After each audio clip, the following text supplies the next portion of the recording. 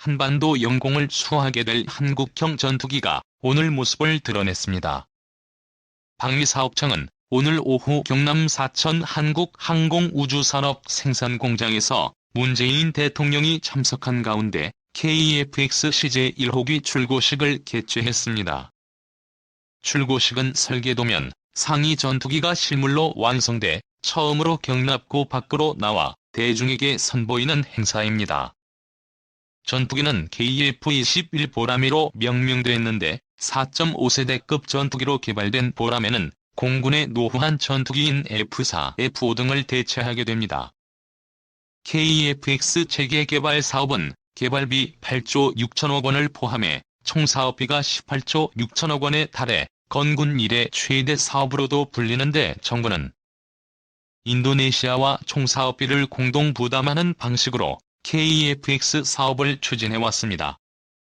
KF-21 보라매는 음속의 1.8배에 달하는 비행 속도와 함께 7.7톤의 무장 탑재력으로 전천 후 기동성과 전투 능력을 갖췄습니다.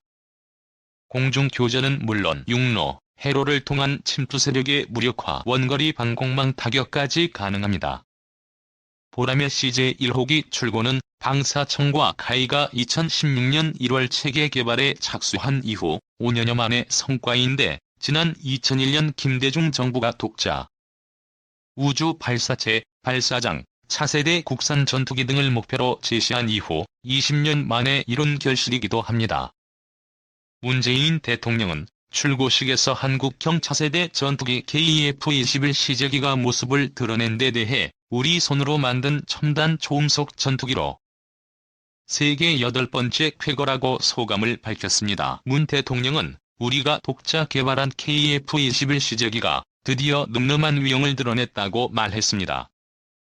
이 밀독텔링 6세대 전투기 공중전 우리 4.5세대 KF-X로 승산 있을까?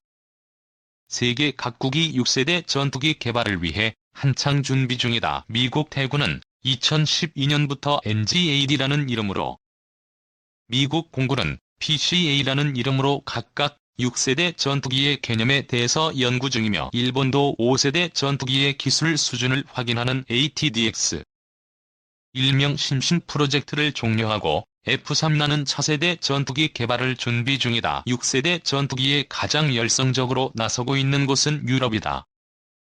미국의 경우 6세대 전투기에 필요한 능력이 무엇인지, 기초 개념과 필요한 기술이 무엇인지 연구하는 과정이고 일본은 국제 공동 개발을 준비 중인데 유럽 각국은 6세대 전투기의 새로운 개념과 초기 디자인까지 결정하는 빠른 행보를 보이고 있다. 가장 먼저 치고 나선 나라는 영국이다.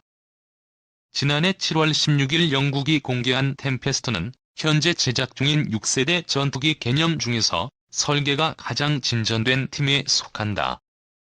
유럽 유수의 전투기 제작업체인 스웨덴의 사부가 먼저 템페스트에 관심을 보이고 있고 이탈리아 역시 그 뒤를 따르고 있다.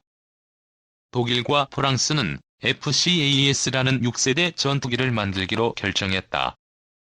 두 국가의 거대 방위산업체인 에어버스 디펜스와 다소는 원래 서로 다른 콘셉트의 6세대 전투기를 연구 중이었지만 협의 끝에 공동 개발을 확정지었으며 지난 2월 초에는 스페인 국방장관이 이 FCAS에 참여할 것으로 발표했으니 유럽의 차세대 전투기는 영국, 이탈리아, 스웨덴 팀과 프랑스, 독일, 스페인 팀으로 정리된 셈이다. 중국도 6세대 전투기를 준비한다고 선언했다. 중국의 거대 항공기 제작사 중 하나인 청두 항공기 산업그룹 고위 관계자가 2035년쯤 6세대 전투기가 등장할 것이라고 선언했고 이와 별개로 현재 막 실전 배치되고 있는 5세대 스텔스 전투기인 J-20의 개량형을 준비하고 있는 것으로 알려졌다. 이런 세계의 흐름과 비교해 우리는 다소 갈 길이 먼 편이다. 대한민국 최초의 국산 전투기인 KF-X 보라매는 지난 14일 부품 가공에 본격적으로 착수했다. 시제기는 2021년에 등장하지만 본격적인 실전 배치는 2026년이 되어야 하는데 이 전투기는 4세대 전투기와 5세대 전투기의 중간 수준인 4.5세대 전투기로 평가받는다. 이렇게 쓰고 보면 대한민국은 등장하자마자 최신 전투기보다 0.5세대 뒤진 전투기를 받고 10년만 지나도 1.5세대 차이가 나는 전투기를 만들어 순식간에 90화되리라 생각할 수도 있다. 하지만 이것은 상황을 지나치게 과장한 것이다. 이유는 이렇다. 첫 번째로 현재 등장하는 6세대 전투기 프로젝트 대부분은 5세대 전투기를 확보 못하는 국가들의 자구책에 가깝다. 우선 프랑스, 독일, 스페인, 스웨덴은 5세대 전투기인 F-35가 없고 영국의 경우 F-35B가 있으나 탑재량이 작고 항속거리가 짧은 문제가 있다. 5세대를 확보하는 것도 이기는 것도 어려우니 6세대로 넘어간다는 것에 가깝다. 두 번째로 6세대 전투기의 개념과 모습이 너무 추상적이다.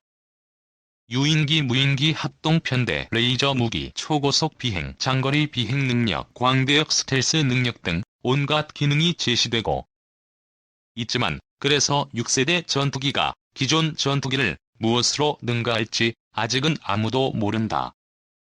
마지막으로 검증되지 않은 기술을 기반으로 한 전투기 개발은 항상 파멸적인 실패의 위험이 있다. 누군가가 먼저 해보지 못한 영역의 새로운 기술은 리스크가 너무 크다. 세계 최고의 국방과학기술력을 가진 미국조차 새로운 개념이 너무 많이 들어간 5세대 전투기를 만들면서 온갖 시행착오를 거쳤다. F-35 프로젝트가 처음 시작할 때만 해도 2009년에는 군에 인도하고 2012년에는 전투 임무에 투입할 거라 예상되었지만 실제로는 지난해에서야 처음 시리아에서 실전에 투입됐고 개량과 버그 수정은 아직도 계속되고 있다. 그렇다고 해서 선진국들의 6세대 전투기 타령에 우리가 완전히 손을 놓을 수는 없다. KF-X는 매우 우수한 전투기 플랫폼이며 확장성이 있지만 미래는 예측하기 힘들기 때문이다. 가령 레이저 무기의 경우 100kW 미만의 자체 방어용 레이저는 현재 운용 중인 전투기와 무인기에 탑재될 수 있어 우리 KF-X도 큰 문제 없이 장착 가능하겠지만 앞으로 등장할 고출력 300kW급 레이저가 실용화된다면 발전 용량이 부족해서 KF-X에 탑재하고 싶어도 불가능할 가능성이 크다.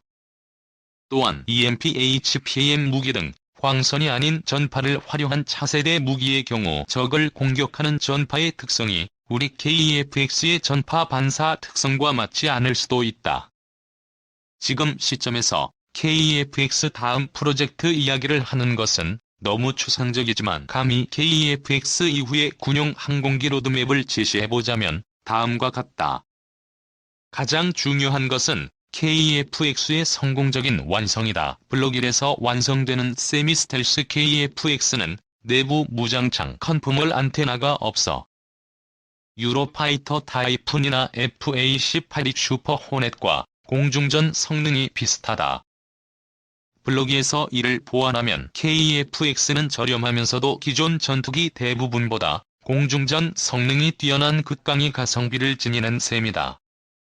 이와 동시에 FA-50에 KF-X에 적용된 각종 신기술, 즉 AESA 레이더와 MWR 장비, 국내 개발 유도무기를 적용해 성능을 높인다.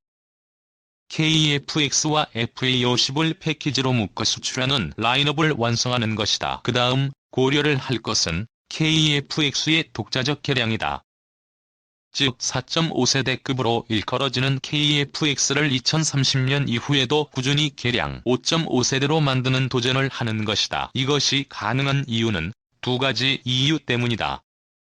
첫 번째 이유는 KF-X의 성능은 4.5세대지만 설계 개념은 5세대 전투기와 다르지 않다. 설계 당시부터 스텔스 성능을 고려한 외형을 가지고 있어 스텔스 성능 강화가 매우 용이하며 최근 4.5세대 전투기에 전자장비를 5세대급으로 업그레이드하는 기술과 장비가 속속 생겨나고 있기 때문이다. 1970년대에 설계된 4세대 전투기는 내부 무장창, 날개 모양 수정, 공기 흡입구 수정을 해도 스텔스 성능이 크게 나아지지 않는다. 하지만 KF-X는 다르다. 블록 2에서 내부 무장창과 컨포멀 안테나를 추가하고 블록 3, 4에서 공기 흡입구, 수직고리 날개, 엔진 노즐을 더욱 스텔스하게 바꾸면 적어도 형상 측면에서는 지금 이야기되는 6세대 스텔스 전투기와 큰 차이가 없다. 6세대 전투기와 동일한 수준의 전파 흡수 소재를 사용하는 것만 남게 되는 셈이다.